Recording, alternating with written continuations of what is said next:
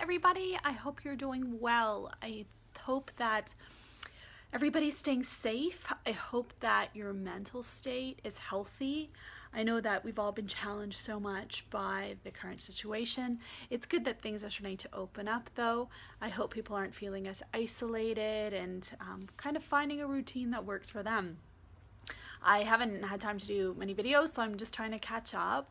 And I can't believe we're going to be in June next week. That's half the year already done. It's crazy.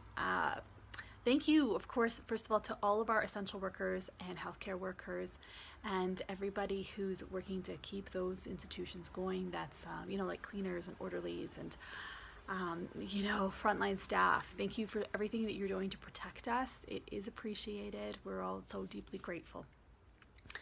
My videos for the month of May have been on uncertainty, and there's so much around uncertainty. I was trying to find what is the topic that I kind of wanted to narrow it down to, and I feel like with uncertainty comes kind of a discombobulation, an upset. It's like the solid ground that we counted on is not there anymore. And that, of course, can be very terrifying, and people are scared, particularly if you've lost your income, if your job is in jeopardy, or maybe your relationship is being challenged. And, humans really appreciate predictability. We want to be able to count on something. But the truth of it is, nothing is certain in life. And, I've lost a couple of people in this, very dear friends during this time. And it really shook my foundation because you just never see it coming, right? So it is a particularly vulnerable time. And I think the best thing we can do is to be kind to ourselves and to have compassion. And I did a really great workshop on self-care earlier this week, and what was really highlighted for me is my own kind of definition of self-care was being kind to yourself. So whatever is needed, do for yourself. For me, I'm actually finding quite a lot of joy in fitness because I have the time. I'm not commuting. So instead, I'm at home doing Instagram workouts, which has been so awesome and really good for my mind, body, and soul. And, I'm recalling this my Jobina retreat time of going to bed, especially early, really finding the time to slow down, trying to meditate, getting the fresh air, cooking more. So for me, I'm very thankful that I've been quite protected from this because I have managed to keep my regular job and still work on my business. And so that's been I'm very thankful for that. And my family's all well, which is great. And in fact, I've had more family time because I haven't been as exhausted all the time.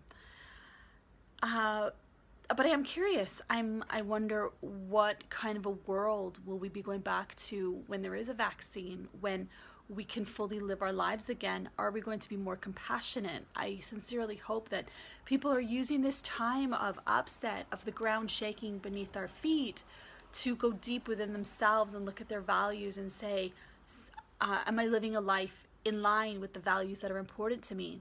If compassion is important to me and I have a few extra dollars, I am able to donate that to people in need. A friend of mine is doing a really great fundraiser for a family in Nepal. It was actually for her guide when she was trekking Annapurna earlier this year. And those of us in the Western world are really lucky where we have something like the emergency. Hi, whoever's joined. I'd love to know who it is. Please comment below. We have the emergency relief fund, and there is support for businesses. I know it's not perfect, but there's something, whereas people in these developing countries don't have anything. And it just reminded me of what I feel is my responsibility to help out where I could. And I had a few extra dollars, so I was able to donate towards that. And I also donated towards the Union Gospel Mission, which is something that's close to my heart. And not to toot my own horn, just to say that there's opportunities and avenues if it's something that, and that was in alignment with me. It was really important to be able to find the funds to do that. And so it's looking at, are you walking your walk? Are you talking your talk? Are you living a life that's important to you? And for many of us, we have this downtime. For example, if you value creativity, are you taking the time to create? A friend of mine has been doing a kind of dancing at home kind of incubator where she's working with a few other wonderful women, and they're creating work at home and then presenting it live via social media channels. And she told me how it's really awakened this practice in her of creating at home and touched her very deeply. So I love this quote that says, when you can't go outside, go inside. Are you taking that time to go deeply inside yourself? Because as our external world is shaking, it gives us the opportunity for our internal world to shake up, to look at, do those pieces of the puzzle that kind of fit together in a certain way. Did I like that? Do I actually like that? To take the time to evaluate and say, does this work for me? Is this of value to the world? Very often we're so caught up in our own lives, we're not really 100% sure, or we're not really aware of our impact in the world. And yet we have so much impact just by being the people that we are. And it's a good opportunity to look at our behaviors and our thoughts and our feelings and the way that we're going out into the world. And we can be very comfortable in our predictable ways. But this is an opportunity with the outside world kind of shaking. Again, our internal landscape can shake, and let go of the things that don't serve us. In many aspects, a lot of us are coming into our own power, because now, for so many light workers, for example, we've been through so many challenges up until this point. For me, I'm actually feeling very peaceful. I've dealt with so much uncertainty over the past 8 years, and it was like that piece of the puzzle fit right into place. And I thought, oh, I know how to deal with this. It's, and I've really been flowing through this period with so much ease, and it really helped me to find peace with my past, which was really fantastic. And so how do we embrace this upset? Can we, like as an example with me, who finally I'm feeling at peace, can we forgive the past? Let go of old resentments and old kind of stories about what we believed about life, and can we embrace the new? Right now I'm feeling so grateful about where I'm at. It's like life, I really was begging life to slow down in the previous 3 months previous to the COVID situation really kicking off. And it did, and I've had that opportunity and I'm able to take care of myself. So again, to be creating a life and living with my values is so important to me. And new avenues are opening for me as well. So I don't entirely know what world I'm going to go back to professionally. I'm who knows? And I'm really kind of looking at this like the great pause, and how can I be in alignment with the pause? How am I slowing down? Going deep and looking at my thoughts and my feelings and my behaviors and habits. I'm really trying to change habits and that no longer serve me, to change them to something that does serve me better and that has a greater impact in the world. Not about making impact, but knowing that I can be of greater service to the world, that when I am more in alignment with my habits. So it's been a time of real digging deep, and it's really, I think, really about embracing this upset and saying, okay, what no longer serves me? What don't I need? What can go? And then, of course, we're creating space for the new, for newer, more productive things, more productive habits to come into our lives, so that we can be of greater service to ourselves, our families, our friends, the people we love, and to the greater world. So my challenge, I guess, my homework for you today is to look at, where can you embrace the upset? Where can you embrace that the pieces of the puzzle are coming apart, and rearrange them in a different way, or rearrange them not at all, or bring in some new pieces and let go of what doesn't serve you. It's like you're creating a new puzzle. And in order to go inwards, a really great place to look at is your thoughts. To just, literally sit down and observe what you're thinking. Observe how you're feeling. Make a journal of it if that's what works for you. Find a practice that does work for you. A really great way, for example, to get into a meditative state, or just a state of calm. I'm finding a lot of joy from Tai Chi. Hey, Amira, thanks for joining. I'm really embracing Tai Chi. I'm embracing this time to slow down. I really like just putting my butt on the floor and just finding calm and peace. Or very often I'll just listen to the ringing in my ears, which is a great technique to just slow down and listen to your thoughts. And look at what am I thinking in like the way I think of myself, the way I think about the world, my projects, my dreams. I really enjoy writing. It really brings out my intuition about things. I can express myself very well. Some people find that through painting. What is a thing that you can use to just help you to calm down and to focus, and then to help you to go within and explore your thoughts and feelings, and then see then what your resultant words and actions are.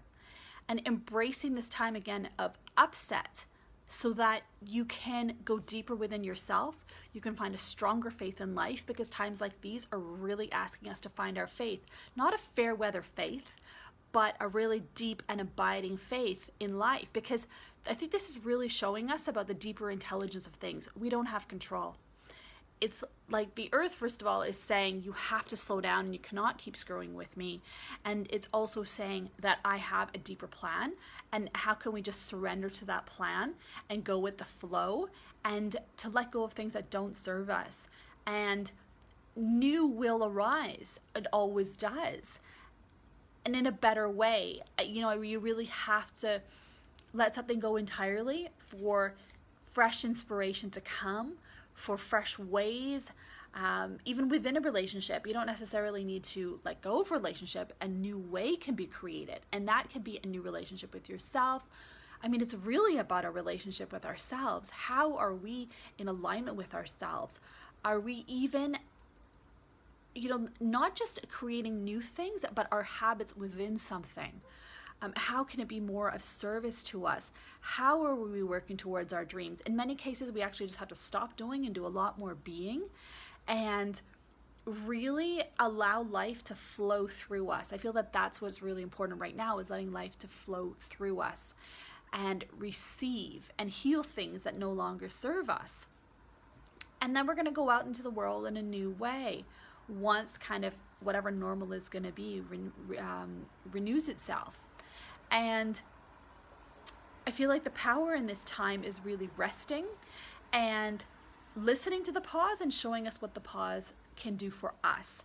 How can we come into our own power in this period? And there is a lot of power in this upset, because then we also get to decide how this new world is going to look. Yes, of course, we want life to come through us, but we have some choice in the quality of how it's going to throw. We do have choice in how the quality of how it's going to come through us. Are we going to do it with joy and surrender?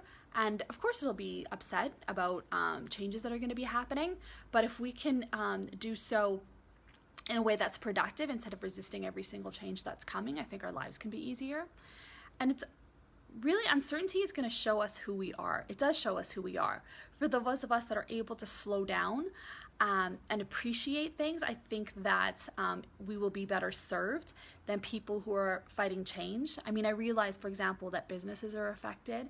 I feel, though, that this is a time where life is really asking you to change. For people who, I've seen so many businesses that have said that I want to go online, and now they have to go online. So it's like also this pause, in a way, is a great acceleration. Or we're looking at new opportunities that we haven't looked at, like really interesting with paint night. For those of you that are on their mailing list, you get together with a group of friends and you go to a painting lesson. They're now offering virtual cooking and bartending lessons. I thought that was a really fascinating pivot. Or how more people are able to get their work out into the world. I'm a dancer too, and I've been able to take dance classes from all over the world with teachers that I just, either that I know, and of course, they live somewhere, in another part of the world, and I wouldn't get the opportunity to study with them, or I'm discovering new teachers that I didn't know. So in a way, we're even becoming more and more connected. And in this way, we're going deeper within ourselves, because we're able to access things that we don't normally have access to. So it's, I feel like just taking an hour, which maybe sounds like a lot for some people, but really is not that much, or half an hour even, taking the time to reevaluate who you were before this started and who you are now. How have you reacted to the uncertainty? And of course, there's fear with uncertainty, but if you can let go and kind of surrender your thoughts and how you think you're going to come out of this, and just say, okay, I'm going to receive, invite the change. It will be more beneficial for you. And then to look at what does need changing. I think that's the ultimate lesson in this period, is to see what does need to change. And how are you going to respond to it? We have a lot of power that we're not even aware of. So I hope that was of value to you. I'm going to jump back online in another minute because it's time for my Flowing with Uncertainty movement class. Please do join me. We're really going to be looking at, today's theme is about giving and receiving. And so how are we able to receive back through our bodies and our movement practice? So please join me and I'll see you there, and I'll be back later this week with more videos.